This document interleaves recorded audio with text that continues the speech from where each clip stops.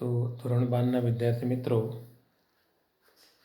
આજે હવે આપણે પ્રકરણ 9 વિકલ સમીકરણો ડિફરન્શિયલ ઇક્વેશન્સની શરૂઆત કરીએ.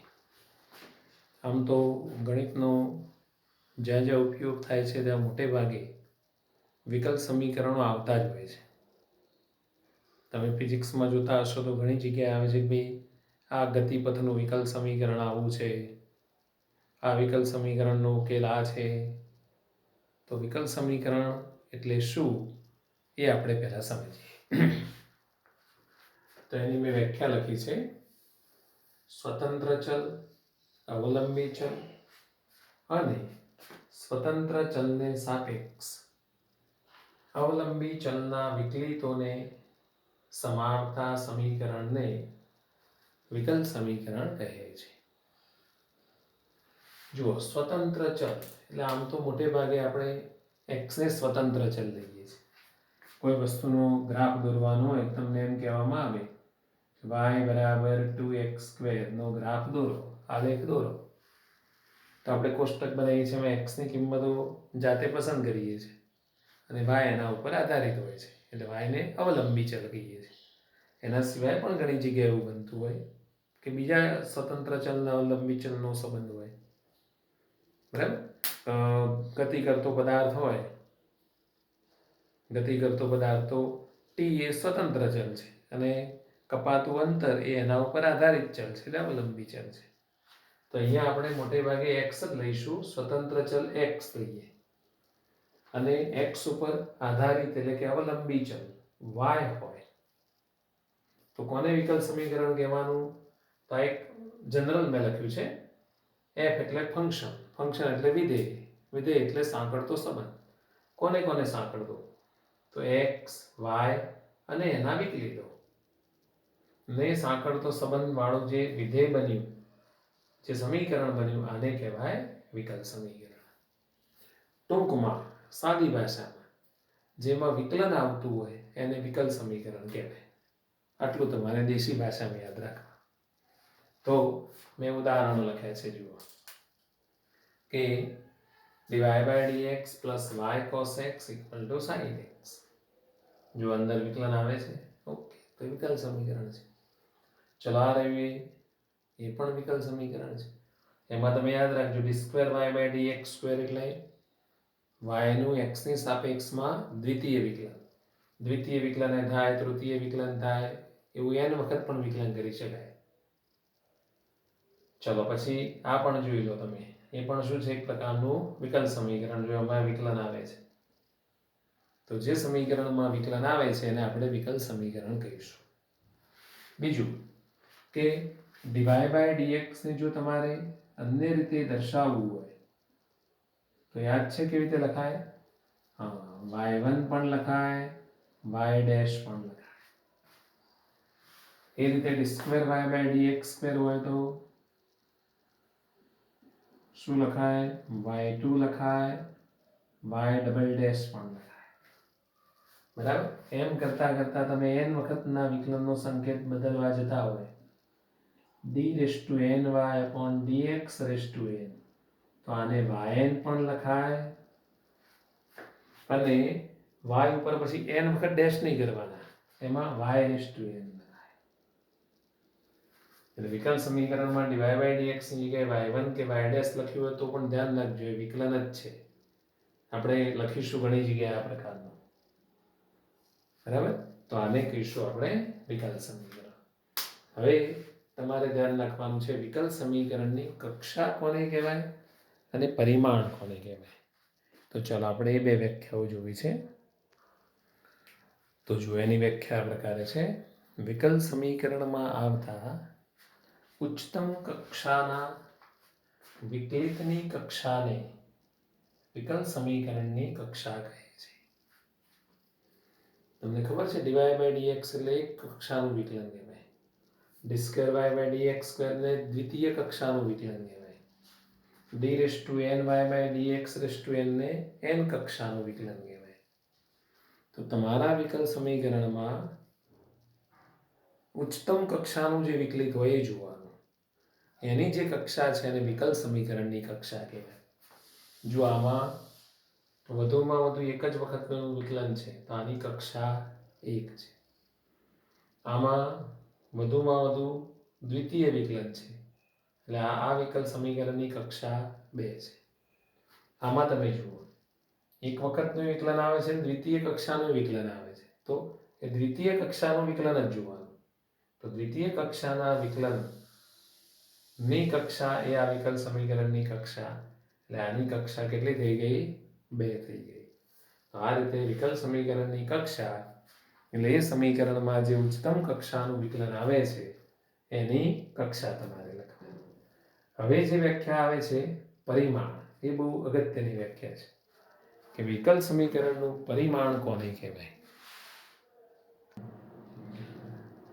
ચલો તો હવે વિકલ સમીકરણનું પરિમાણ. વિકલ સમીકરણ વિકલિતોની બહુપદી સ્વરૂપે આપેલ હોય તો, વિકલ સમીકરણ વિકલિતોની બહુપદી સ્વરૂપે આપેલ હોય તો, આ બહુ અગત્યનું વાક્ય છે. ઉચ્ચતમ કક્ષાના વિકલિતના ઉચ્ચતમ ઘાતાંકને પરિમાણ કહે છે. જો માનો કે હમણાં ઉદાહરણ લખેલા હતા એમાંથી હું સમજાવું પહેલા કે આમાં વધુમાં વધુનું વિકલન કયું? વધુમાં વધુ એક જ વખત વિકલન છે તો એ વિકલનની જે ઘાત આવે 1, આનું પરિમાણ 1 કહેવાય. આમાં વધુમાં વધુ વિકલન 2 વખત છે તો એની ઘાત કેટલી છે? 1, તો આનું પરિમાણ 1 થાય. આમાં વધુમાં વધુ વિકલન 2 વખતનું છે, એની ઘાત કેટલી છે? 3, તો આનું પરિમાણ 3 થાય. માનો કે 2 વખતના વિકલનો 2 જગ્યાએ આવતા હોય, અહીંયા d2y/dx² ની 3 ઘાત છે, બીજે d2y/dx² ની 4 ઘાત હોય, તો એ વખતે શું જોવાનું? એ ના ઉચ્ચતમ ઘાતાંક, તો એ બેમાં સૌથી વધુ ઘાત કોની છે એ જોવાનું. તો 4 ઘાત હોય તેનું પરિમાણ 4 થાય. બરાબર? તો આ રીતે પરિમાણ નક્કી કરવાનું છે. એમાં ધ્યાન રાખવાનું કે વિકલિતોની બહુપદી સ્વરૂપે વિકલ સમીકરણ હોવું જોઈએ તો જ પરિમાણ નક્કી કરી શકાય. મતલબ કે વિકલ સમીકરણમાં વિકલનની કોઈ જગ્યાએ અપૂર્ણાંક ઘાત કે ઋણ ઘાત ના હોવી જોઈએ. વિકલનની જો આ મેં એક વધારાનું ઉદાહરણ અંદર એડ કર્યું છે, આનું તમે હાલ પરિમાણ નક્કી કરી શકતા નથી. એટલે તમારે વિકલિતોની અપૂર્ણાંક ઘાતોથી વિકલનને મુક્ત કરવું પડે. જો અપૂર્ણાંક ઘાતો દૂર કરી દો તો પછી કદાચ એનું પરિમાણ શોધી શકાય. મેં કદાચ બોલું છું. જો આને આ બાજુ લાવો, હમણાં તો આપણે બીજા દાખલા જોઈએ છે, તો આવું બનવાનું 1 + dy/dx². તો અહીંયા અપૂર્ણાંક ઘાત છે એટલે હાલ પરિમાણ કહેવાય. હવે બંને બાજુ આનો વર્ગ કરી દો, વર્ગમૂળ જતું રહે, પછી તમે નક્કી કરશો તો ખબર પડશે કે કક્ષા 1 છે, પરિમાણ 2 છે. એટલે પરિમાણ નક્કી કરતા પહેલા વિકલનને અથવા તો વિકલ સમીકરણમાં જે વિકલનની અપૂર્ણાંક ઘાત છે એને દૂર કરવી પડે. બરાબર? તો ચાલો હું તમને નીચે લખાવું છું કે પરિમાણ નક્કી કરતા પહેલા શું ધ્યાનમાં રાખવાનું. જુઓ તો મેં લખ્યું છે, તમારે શું ધ્યાનમાં રાખવાનું છે. પરિમાણ નક્કી કરતા પહેલા આપણે સમીકરણને મૂળ અને અપૂર્ણાંક ઘાતથી મુક્ત કરવું જોઈએ.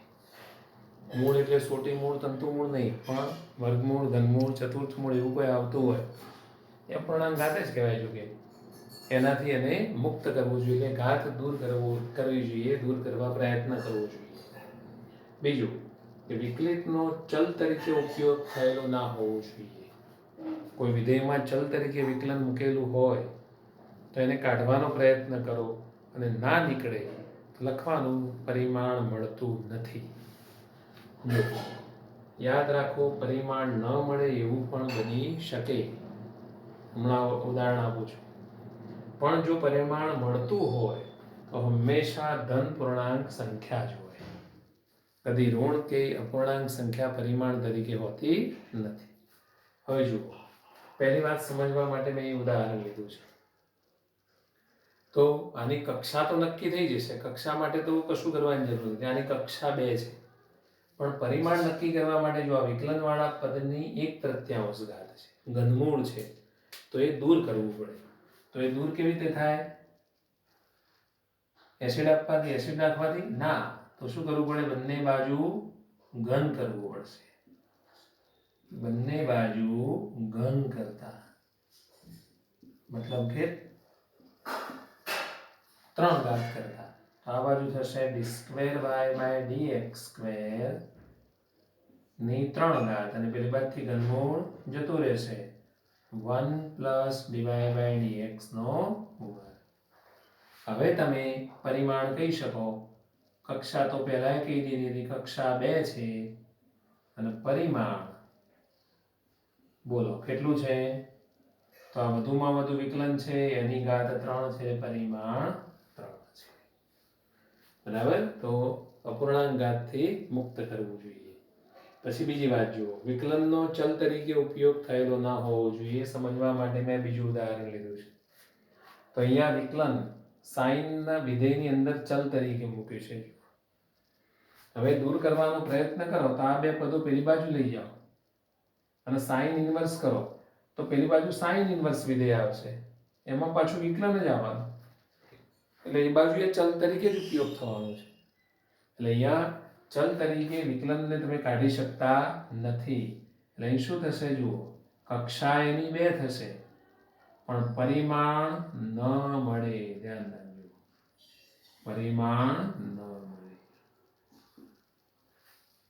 માનો કે કોઈ જગ્યાએ આવું હોય કે ભાઈ y = e⁻dy/dx,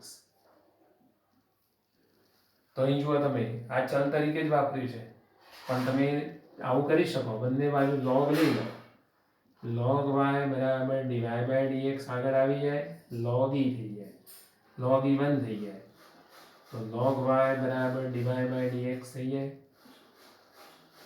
તો અહીંયા વિકલન હવે ચલ તરીકે નથી, તો અહીંયા પરિમાણ મળશે. તો અહીંયા કક્ષા 1 થશે, પરિમાણ 1 થશે. કક્ષા 1 થશે અને પરિમાણ પણ 1 થશે. આ બાબતો સમજાય એ પ્રકારના મેં ઉદાહરણો લીધા છે. એમાં દાખલો સ્વાધ્યાયનો છે. તમે સ્વાધ્યાય જોશો તો એમાં એ દાખલો આપેલો છે. તો આ રીતે વિકલ સમીકરણ, એની કક્ષા, એનું પરિમાણ તમને સમજમાં આવી ગયું હશે.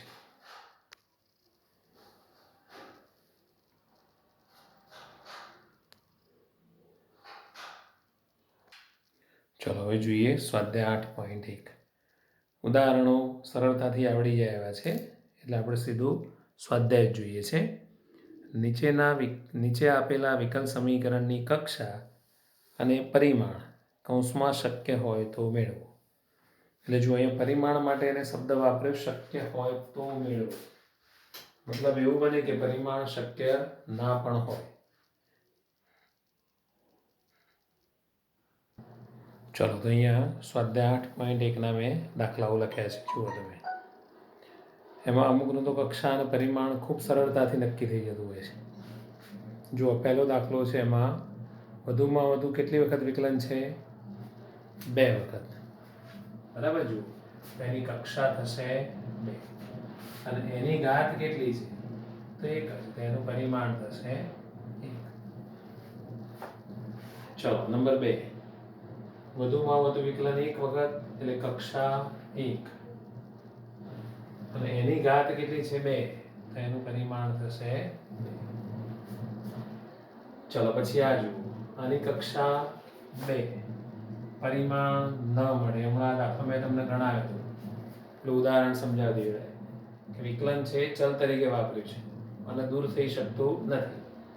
ચલો આમાં કક્ષા 1 છે પણ પરિમાણ નક્કી કરતા પહેલા આ y ની ઘાતમાં એટલે ચલ તરીકે મૂક્યું છે, તો બંને બાજુ log લેશો એટલે આવું થવાનું, dy/dx * log y = log x. આવું થઈ જવાનું. બરાબર? ચોથા દાખલામાં એટલે વિકલન હવે ચલ તરીકે ગણાય નહીં.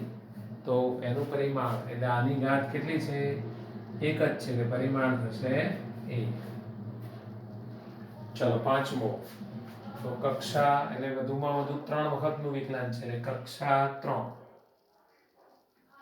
કક્ષા 3. હવે એની જ ઘાત જોવાની, પછી એમને પેલાની ઘાત વધારે છે તે લખી દઈએ.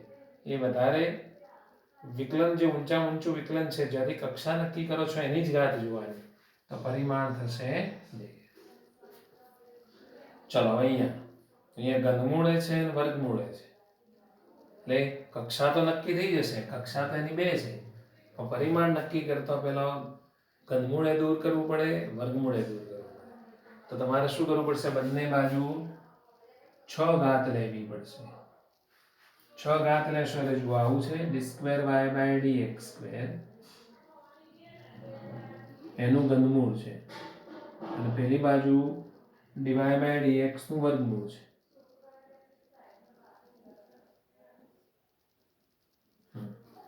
બંને બાજુ 6 ઘાત કરશો એટલે જો આને 6 ગુણી જશે, આ ઘાતને આને 6 ગુણી જશે એટલે અહીંયા 3 દુ 6 થઈ જશે, અહીંયા 2 તરી 6 થઈ જશે. તો આ વધુમાં વધુ વિકલન છે એની ઘાત 2 થઈ એટલે એનું પરિમાણ થયું 2. એનું પરિમાણ થયું 2. ચલો પછી સાતમામાં જુઓ.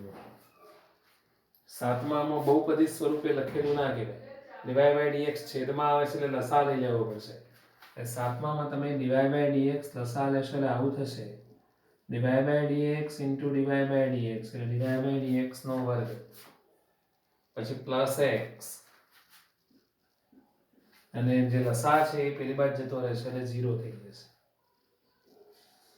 એટલે હવે બહુપદી સ્વરૂપે લખેલું કહેવાય, એની કક્ષા 1 થશે.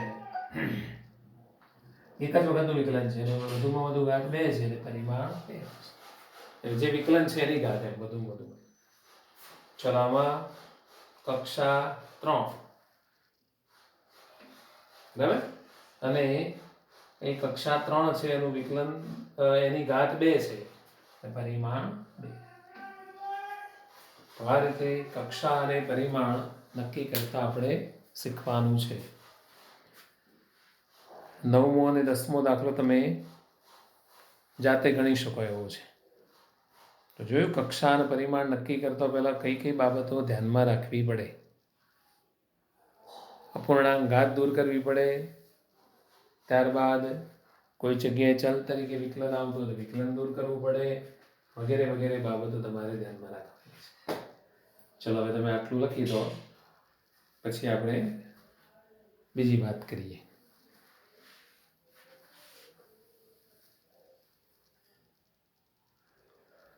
આપણે જે વિકલ સમીકરણ ઉકેલતા શીખવાના છે 12મા ધોરણમાં, એ માત્ર એક કક્ષા અને એક પરિમાણ વાળા છે. ધ્યાન રાખજો,